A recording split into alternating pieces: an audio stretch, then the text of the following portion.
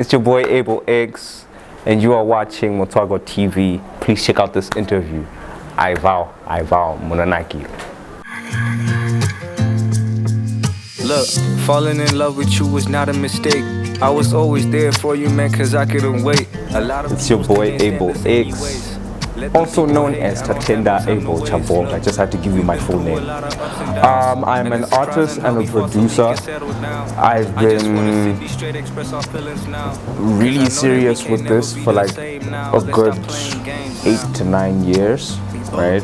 We got intentions, so let's just say this is a lesson. Let's try and avoid all the distance and make up for the things that we did. So, about me. Music has always been a passion-driven thing, right? And this is from like since birth. I've always been a person that listens to music like on a constant level, and like I understand it, you know, spiritually and mentally as well. I would say when I really started like focusing on music, this was in 5th grade when I started like writing songs constantly, like in class. I used to learn in Highlands Primary School. So in class I would usually just like write lyrics as well as focus on, you know, studies and all that. But then I would be honest with you, school was never my thing, right? I wouldn't say that I was a person who I would read books and all that. I wouldn't like. Most of the people that I learned with will actually tell you exactly, you know, how I would, you know, go about my career. So my first song, I recorded it, I think when I was in Form 2. It was called Junkyard Dog. That song played a lot, but this was mostly in high schools, right? So with that song in mind, I kind of gave myself, you know, a thought. I gave it a thought to tell myself, okay, this is the kind of life that I have chosen since birth. And since that's something that I really want to do, and it's what I'm doing right now, you know, I was willing to take the sacrifice to actually become, you know, who I am today. And of which this is actually a great journey, and it's really a blessed journey. So fast forwarding into my years of hard work, I kept on releasing songs. I had EPs that I released. My first one was called Land of the Midnight Sun, and my second one was called X the Monkey Man, right? Weird title, I know, but yeah, it worked out as well. And then I released an EP, a third one, which was named after me, called Abel X, right? It consisted of 3 songs. Right. Land of the Midnight Sun consisted of 5 songs. X the Monkey Man consisted of 6 songs. Right. And then the third one, 3 songs. And then as time went on, I realized, you know, let me just work on singles and all that. So with that in mind, and you know, with my progress as I started moving, I started, you know, connecting with artists like Volt, Saintfloew, Mula, most of the artists that are, you know, popping today, right? Started working with them, you know, getting to know them, you know, and also asking them, you know, what it means to actually like be in this industry, since like I've always really had that passion, you know, to make music. So during that time and period, this was like around 2019, 2018, somewhere there, I started making more and more music. I kept on releasing. Yes, fan base wise, I'm not that strong, but I know that with the fan base I have currently, it definitely helps me like elevate and learn from, you know, whether if I release a song and if it's not marketed properly, I know what kind of mistakes I have to fix from there, right? So moving into 2020, somewhere there, I started releasing songs again and again. Fan base is growing, right? Yeah, I wouldn't say it, you know, it moved really well, but I can say it, you know, it was steady progress.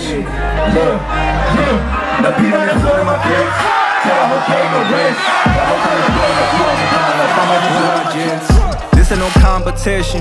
Wangu got up a bench. Take some time to refresh. Usaji wasiwa kulift. The pina ne float in my gears. Tell the whole gang no risk. 2022, started working with Allied Kings Entertainment, right? I worked with Musiso, I worked with Cubs. Those guys are great. I'm not gonna lie. Those guys are great. We dropped a song called Mali, which is by Musiso and me, of course. Produced the beat as well, alongside Black Boy the Don, right? Song went really well, I'm not gonna lie. That song was really fun. And I really thank them for, like, you know, helping me elevate and, you know, increasing my fan base as it is now. And then towards the end of 2022, we hit up Saintfloew, and this was a project called Bava.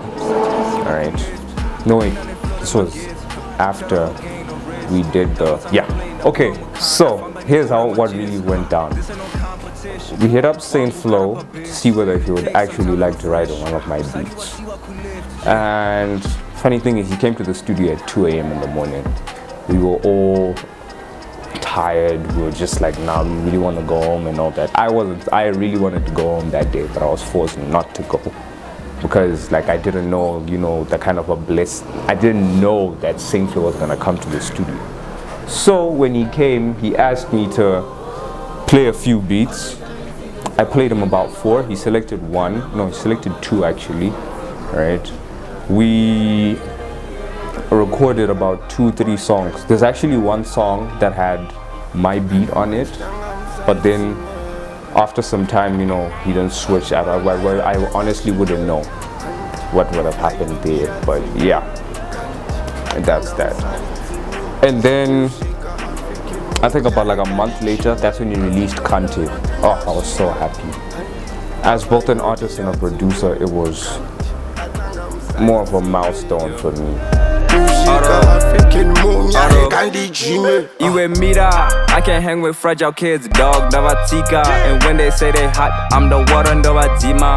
I'm here with the team, hitting vibes, musica. Scouting up for talent, Chichi Temura, my speaker. And I am still, you know, happy that, you know, Saintfloew actually went hard. He really went hard on that beat. And then next project was Bava, which I featured on alongside the African Fargo. That was a great project, I'm not gonna lie, because we recorded the song, we recorded the song around December, somewhere towards Christmas time.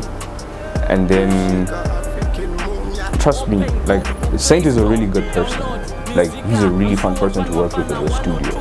Like, he wrote the chorus in a good 6 minutes. 6 minutes tops. And I would say that, you know, that's something that I also started teaching myself as well, because that's something that most artists can't do. And that's just the truth as it is. Most artists would take like a good 30 minutes to an hour writing a verse. Yes, that's like to perfection, but then, yeah, you know, perfection differs. We ended up releasing the song this year around June. No, not June. This was April, somewhere there, right? The song really moved. It really moved. Okay. Oh, this question is fun. Okay, so yes, I am in a relationship. She knows herself. She's definitely gonna watch this interview, of course. I would say I'm handling it, you know, from an artist perspective, not professionally, because not every guy knows how to like handle a relationship professionally, right? Or as an artist, because, you know, we can have a situation whereby we can tell ourselves, oh no, how we can handle our careers and our relationships at the same time. But no, trust me, you can't handle those two things, because a career requires you to focus and put your mind into it. Same applies with a relationship. You have to focus and put your mind into that as well. So that gives, you know, some kind of confusion where like, oh, what can I focus on more, you know, my career or my relationship, right? But in my case, I would say that I handle it in a way, if I'm in the studio and if my girlfriend is there, you know, I love the fact that she supports me, right? And other than just us going out, going for dates and all that, I love how, like, you know, she comes to me and she's like, nah, I like support your music and all that, even though, you know, it's not yet moving to a point where like people really like post it every single day, right? That's like the kind of support that almost every artist would want in this industry, right? Because with the controversies that I see and most of the drama, yes, open quotes, closing quotes, drama, right? I would say that most of the drama that I see, right, I learn from that and take points. And I would tell myself, okay, so since this is happening, let me approach it this way just in case it happens, right? I approach it more of like a positive way than a negative way. Why? Because that way your relationship will last longer if you know how to handle situations like that, right? And with how will I actually explain this? Okay, let me explain this in a more simpler term. With how my career has actually moved via my relationship, my girlfriend is a great support system. I won't lie, she is a very great support system. And yeah, from the time that we met, we actually started dating in 2021 in October, all right? And from that time up until now, from the time I was literally like at a point where I was like, no, I have nothing or no one to like really support, she's actually like helped me elevate and become a better person positively. She's also like one of the reasons why, like, you know, I've become more God-fearing, right? Because if you don't pray for better things to come, your relationship, your career, your family, and everything that you go through won't go well. So yeah, I would encourage guys to pray more, work hard for everything, right? Like I said, for your relationship, your career, you know, for your family, and for everything that goes on, be it your daily basis or, you know, for your dreams and anything. So yeah, that's basically it. In conclusion, the relationship, I'm going to fire, guys. Why would I wait for a nigga to give me a chance, man? He gotta bounce. I'm always staying ahead, so you won't be seeing my surround. This is a really great question. It really is. I would say that, you know, most people would say that since I used to rap in English only, right? Most people think that, no, don't take that I'm a Saintfloew, states and all that, which is okay, I understand, because people like to hear, you know, their native language. You know, people like to hear their native language from artists, you know, be it you being an underground artist or a mainstream artist, right? But I would say that I'm still growing, right? I can't really say that, you know, I've been appreciated enough. I have, but it's to a point where people now recognize me as an artist and a producer. Mostly an artist more than a producer. I don't tell people, you know, that I'm also a producer, because that brings, you know, a lot of confusion. So people would end up asking themselves, okay, so, you know, is he better as a producer or as an artist? But I would personally say I'm better more as an artist than a producer. All right. Now back to the question. Like I said, I'm still growing, right?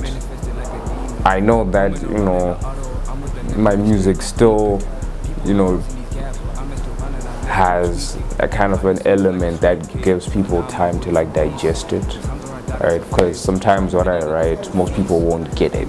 Most people won't understand what it really means. So it takes time for people to grasp and to like understand what, you know, what my music really means. So yeah. Don't panic, please stop barking, I know you toothless. You must think I'm that stupid. One day I know that Whew. Guys, this is a sneak peek, so please, msabe my line. I'ma sue you. Anyways, Ndichapisa by force by Ginya. I'm straight from Mandara Wazia. In the cut, bro, that is right, beat cause these cats tryna slide on the boy I see ya. Give me a moment, Botanganda Seka. Just thought of a joke, Chimboterera. In this game, I'm the Guga Magafela. Muchatiza, Muchifunga Muguterwa. What are you on, bro? Abel Chapenga. I'm that skinny dude on Nemasi Sagaria. In the description is madness, parfait, and pika nagatama, I'll chop on no pizza. While with the boys outside, Tagachila, talking all that BS, my merotino sia. People keep on telling me I'm hot, dojiziva, just like my verse on Bavando Peak. I'm rich with words, call me the Rambing. I want to smoke Lotenga Pamsika. Take a lot of shots, kushiganda stika, this a lightweight thing, wagundagadzim. Yeah. Hey, ukadakundi truck. Make sure we cool cause he needing a hash. You might get washed up. Don't mess up my name if you is an imposter. Ukadakundi truck.